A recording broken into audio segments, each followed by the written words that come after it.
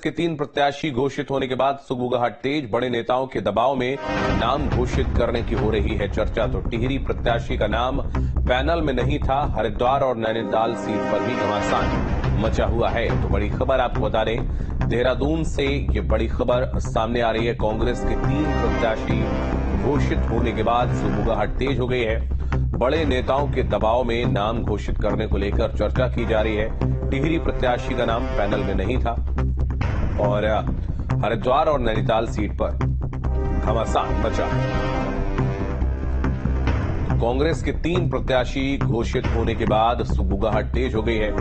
बड़े नेताओं के दबाव में नाम घोषित करने की चर्चा हो रही है। टिहरी प्रत्याशी का नाम पैनल में शामिल नहीं था, ऐसी जानकारी सामने आ रही। हरिद्वार और नैनीताल सीट को लेकर भी घमासान जारी है। तो आपको बता दें, कांग्रेस ने 3 प्रत्याशियों का ऐलान कर दिया है और बड़े नेताओं के दबाव में नाम घोषित किए गए हैं, ऐसी चर्चा हो रही है।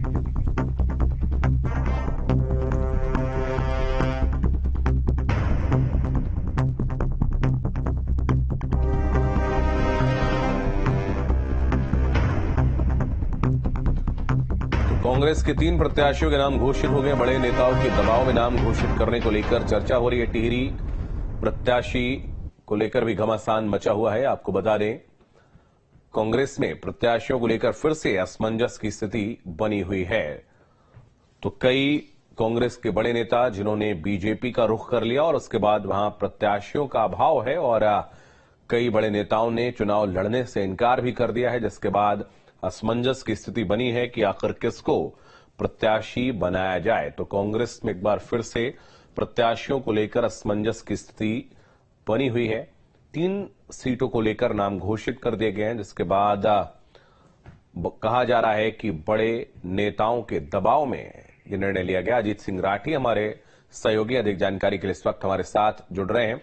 अजीत, कांग्रेस ने 3 प्रत्याशियों का ऐलान कर दिया है और बताया जा रहा है कि कई बड़े नेताओं के दबाव में ऐसा किया गया है। जिन प्रत्याशियों की घोषणा हुई है, ऐसी चर्चा है लोगों के बीच में। देखिए, कांग्रेस कैंप से जिम्मेदार लोग इस बात की सूचना दे रहे हैं कि जिस तरह से ये सीईसी की मीटिंग हुई थी, तो उससे पहले एक स्क्रूटनी कमेटी की मीटिंग थी जिसमें सभी बड़े नेता मौजूद थे। और जो स्क्रूटनी और स्क्रीनिंग कमेटी की बैठक में जो चीजें तय हुई थी, वो सीईसी की कमेटी में जब सीईसी की बैठक हुई जिसमें सोनिया गांधी खुद मौजूद थी, तो उसमें चीजें कुछ दूसरी ही निकलकर सामने आई। अब जैसे यहां से प्रदेश कांग्रेस अध्यक्ष चाहते थे कि टिहरी से प्रीतम सिंह चुनाव लड़े, या अगर वो नहीं लड़ते तो फिर जो यहाँ टिहरी की एक सीट से प्रतापनगर से जो कांग्रेस विधायक हैं विक्रम सिंह नेगी, उनको लड़ाया जाए, अन्यथा जो उत्तरकाशी के जिला पंचायत अध्यक्ष दीपक बिजलवाण, उनको लड़ाया जाए। लेकिन प्रदेश कांग्रेस संगठन की पसंद को दरकिनार करके और प्रीतम सिंह जो चूंकि सीईसी के मेंबर भी हैं, उनकी पसंद को तवज्जो दी गई। और जबकि ये एक हैरत अंगेज बात यह है कि जोत सिंह गुंसोला जो टिहरी से लोकसभा प्रत्याशी बनाए गए हैं कांग्रेस में, उनका नाम पैनल में था ही नहीं। तो ये एक बिल्कुल पुष्ट सूचना जो मिली है, हालांकि सूत्रों से मिली है, लेकिन ये कंफर्म सूचना है कि उनका पैनल में नाम ही नहीं था। तो ऐसे प्रत्याशी का जो पिछले 10 साल से लगातार विधानसभा के चुनाव भी हार रहा हो, तो उसको अचानक से टिहरी जैसी महत्वपूर्ण सीट दे दी जाए, जहां भारतीय जनता पार्टी को एक बहुत ही मजबूत सीट उसके लिए मानी जाती है। उसी तरह से अल्मोड़ा में नेता प्रतिपक्ष को चाहते थे संगठन के लोग, वहां के कार्यकर्ता, वहां के जो आम कार्यकर्ता हैं, आम लोग हैं, वो यशपाल आर्य को चुनाव में लड़ते हुए देखना चाहते थे। उनका पैनल में नाम भी था, लेकिन यशपाल आर्य और प्रीतम सिंह, आपको याद होगा कि दोनों ने ही चुनाव लड़ने से मना कर दिया था। तो ऐसे में कांग्रेस कार्यकर्ताओं के बीच बहुत असमंजसता बढ़ गई है और वहां भी प्रदीप टमटा को टिकट दिया गया है। प्रदीप टमटा पिछले 2 चुनाव लगातार हार चुके हैं और बड़े बड़े मार्जिन से वो चुनाव हारे हैं। और एक न्यूट्रल कैंडिडेट आए हैं पौड़ी गढ़वाल से, गणेश गोदियाल, जो इन दोनों कैंडिडेट के तुलनात्मक अगर एक परसेप्शन जो बना है लोगों में, अगर ये देखा जाए, जो आम धारणा बनी है, तो गणेश गोदियाल बेहतरीन चुनाव लड़ेंगे। हालांकि वो तो जनता जनार्दन के मस्तिष्क में क्या है वो तो एक अलग बात है, लेकिन उनका बताया जा रहा है कि चुनाव अच्छा लड़ेंगे। इसी तरह से नैनीताल और हरिद्वार को लेकर भी एक कंफ्यूजन बना हुआ है। संगठन जिसे चाहता है वो हरीश रावत को चुनाव लड़ते देखना चाहता है हरिद्वार से, लेकिन आपने पिछले दिनों देखा होगा कि हरीश रावत अपने बेटे के नाम को आगे कर रहे हैं। उसी तरह से नैनीताल सीट पर भी कई लोगों के आने से वो दुविधा की स्थिति हो रही है, लेकिन मजबूत कैंडिडेट वहां जो है उसके लिए वहां पर अब जब सीईसी की बैठक होती है और बड़े लोग नेता बैठते हैं, चूंकि करण महाराज देखिए दूसरी लेयर के नेता है, वो प्रदेश अध्यक्ष जरूर है, पहली लेयर में प्रीतम सिंह, यशपाल आर्य, हरीश रावत आते हैं, तो जो वहां तय कर रहे हैं दिल्ली में बैठ करके वो हरीश रावत, प्रीतम सिंह और यशपाल आर्य के जमाने के कांग्रेस के नेता हैं, वो इन्हीं की बात ज्यादा सुनते हैं और फिर ऐसे में करण महाराज को बहुत असहजता भी महसूस हो रही है। और जितनी भी देर हुई और जिस तरह से प्रत्याशियों के नाम सामने आए तो कांग्रेस का जो एक खांटी कांग्रेसी कार्यकर्ता है उसमें बड़ी असमंजसता है। ऐसे बहुत सारे नेता हैं कांग्रेस में जो भाजपा में जाना नहीं चाहते, लेकिन जब वो सुनते हैं कि उनके बड़े नेता ही चुनाव लड़ने से मना कर रहे हैं तो वहां पर स्थिति बिल्कुल बहुत ही चिंताजनक हो जाती है और उनके मनोबल पर भी इसका असर पड़ रहा है। आज सुबह हमने बात भी की कांग्रेस के प्रदेश अध्यक्ष से, उन्होंने ऑन कैमरा तो कुछ नहीं बोला, लेकिन वो भी दबी जुबान में कह रहे हैं कि इसका फर्क कार्यकर्ताओं पर पड़ रहा है। जी ठीक है, बहुत धन्यवाद अजीत, आपका हमारे साथ जुड़ने के लिए, तमाम जानकारी के लिए बहुत शुक्रिया। उत्तराखंड कांग्रेस ने 3 प्रत्याशियों का ऐलान कर दिया है। हमारे संवाददाता ने कांग्रेस प्रदेश अध्यक्ष करण महाराज से खास बातचीत की, आइए सुनाते हैं उन्होंने क्या कुछ कहा। प्रदेश कांग्रेस अध्यक्ष करण महाराज जी हैं, तो चूंकि कल ही घोषणा हुई है रात देर रात और अब 2 बाकी हैं, तो महाराज जी ये बराबरी पर आ गए आप प्रत्याशी चयन को लेकर भाजपा के 3 उनके 3 आपके, तो ये अब आगे क्या? देखिए, वर्कर्स पूरी कमर कस के तैयार है। संगठन अब अपने लोगों से संपर्क कर रहा है और हम लोगों को अब दिशा निर्देश भी दे रहे किस तरीके से करना है। कैंडिडेट्स के साथ भी मीटिंग होगी। आज मेरी संभव तो ज्योति मनसोला जी और गुंडियाल जी से आज मेरी मुलाकात होनी है और देखते हैं। प्रदीप भाई से फोन पर बात हुई है और अच्छा चुनाव लड़ेंगे।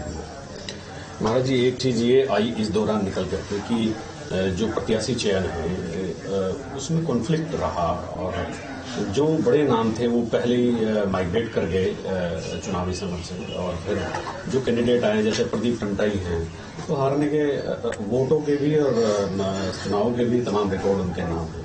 उनकी जगह नेता प्रतिपक्ष बेहतर हो सकते हैं। जो सिंह मनसोला जी बहुत दिन से सक्रिय भी नहीं है, मतलब 10 साल तो उन्हें विधानसभा से बाहर हुए हो गए लगभग, तो यहाँ प्रीतम सिंह बेहतर चुनाव लड़ सकते थे, लेकिन इन लोगों ने पहले ही सरेंडर कर दिया या इन्होंने ये सोचा कि यार लड़ने से कोई फायदा नहीं है, हार भी सकते हैं। तो आपको क्या लग रहा है इस पूरे सीन के पीछे क्या है? देखिए, कभी कभी जो घटित घटनाएं होती हैं उनके लाभ भी होते हैं और ज्योति सिंह मनसोला एक ऐसे कैंडिडेट हैं जिनका कोई विवाद नहीं है, उनके ऊपर कोई दाग नहीं है और सीनियर भी हैं, उनको लोग पसंद भी करते हैं। तो मुझे लगता है कि सारे लोग मिलकर उनको लड़ाएंगे और प्रीतम भाई और हम लोग सब लोग मेहनत करेंगे, ज्योति सिंह जी जीत सकते हैं। उधर प्रदीप टम्टा जी के यहाँ लगातार 10 वर्षों से अजय टम्टा सांसद हैं और अजय टम्टा जी से भी खासी नाराजगी लोगों में है कि उनकी निष्क्रियता की वजह से और वो क्षेत्र में बहुत ज्यादा सक्रिय भी नहीं रहे हैं, लोगों से मिलना जुलना भी कम है। तो वैसे में अगर सभी लोग हम लोग मेहनत कर रहे हैं, क्योंकि यशपाल आर्य जी ने प्रॉमिस किया कि अल्मोड़ा बहुत ज्यादा टाइम देंगे और मुझे लगता है कि उसका फर्क पड़ेगा और हम प्रदीप टम्टा को अच्छे बहुमत से जिताने में कामयाब होंगे।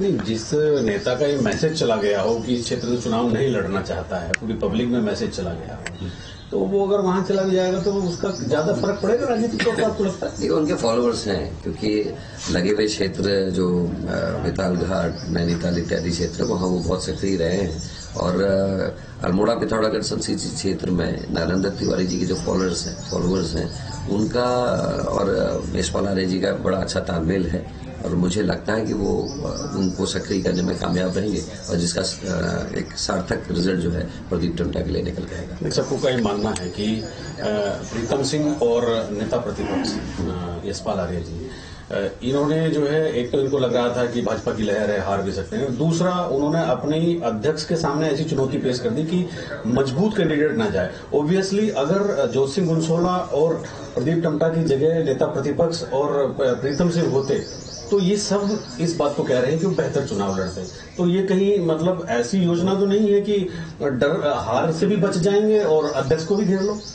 देखिए, अब ये क्योंकि इन दोनों की सहमति से ही ये दोनों टिकट पे हैं और उनकी अब जिम्मेदारी भी है और देखने वाला समय, आने वाला समय दिखाई देगा। और मेरे को लगता है कि यशपाल आर्य जी और प्रीतम सिंह जी पूरी ताकत से अपने कैंडिडेट्स को और मतलब पार्टी के कैंडिडेट्स को जिताने के लिए पूरी ताकत लगाएंगे, पूरी मेहनत करेंगे। कल भी जैसे टिकट की घोषणा आप लोगों ने की तो लोगों का एक मतलब जो जनरल परसेप्शन सीधे प्रत्याशियों के घोषित होने का आता है, एक जो जनभावना होती है, तो उसमें यार पौड़ी तो ठीक है यार, बाकी इन्होंने तो वाकओवर जैसी स्थिति पैदा कर दी।